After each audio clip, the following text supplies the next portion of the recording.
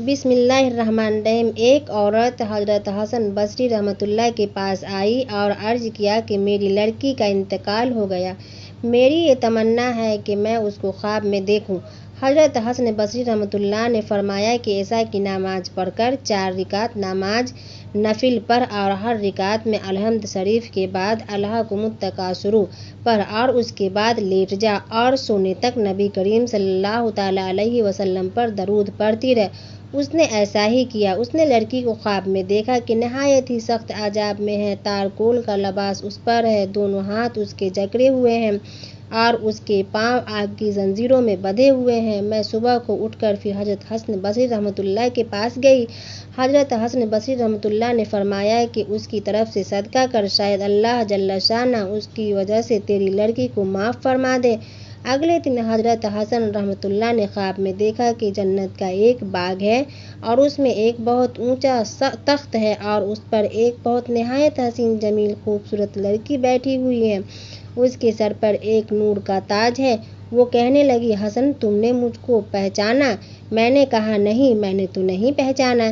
کہنے لگی، میں وہی لڑکی ہوں جس کی ماں کو تم نے درود شریف پڑھنے کا حکم دیا تھا، یعنی عشاء کے بعد سونے تک۔ حضرت حسن نے فرمایا کہ تیری ماں تو تیرا حال اس کے بالکل برعکس بتایا تھا جو میں دیکھ رہا ہوں۔ اس نے کہا کہ میری حالت وہی تھی جو ماں نے بیان کی تھی۔ میں نے پوچھا، پھر یہ مرتبہ کیسے حاصل ہو گیا؟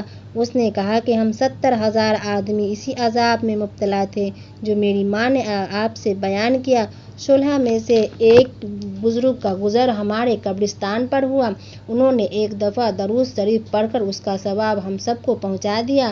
اس کا درود اللہ تعالیٰ کے یہاں ایسا قبول ہوا کہ اس کی برکت سے ہم سب اس عذاب سے آزاد کر دیے گئے، اور ان بزرگ کی برکت یہ ہے کہ مجھے ایسا رتبہ نصیب ہوا۔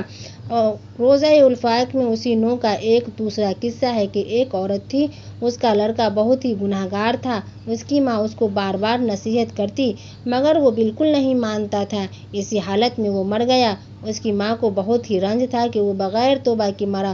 اس کو بڑی تمنا تھی کہ کسی طرح اس کو خواب میں دیکھے۔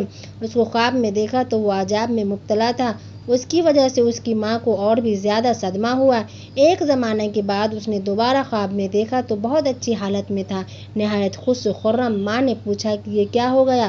اس نے کہا کہ ایک بہت بڑا گناہ گار شخص اس قبرستان پر گزرا، قبروں کو دیکھ کر اس کو کچھ عبرت ہوئی، وہ اپنی حالت پر رونے لگا اور سچے دل سے توبہ کی اور کچھ قرآن شریف اور 20 مرتبہ درود شریف پڑھ کر اس قبرستان والوں کو بخشا جس میں میں تھا۔ اس میں سے جو حصہ مجھے ملا اس کا یہ اثر ہے جو تم دیکھ رہی ہو۔ میری اماں حضور صلی اللہ تعالیٰ علیہ وسلم پر درود دلوں کا نور ہے، گناہوں کا کفارہ ہے اور زندہ مردہ کے لیے رحمت ہے۔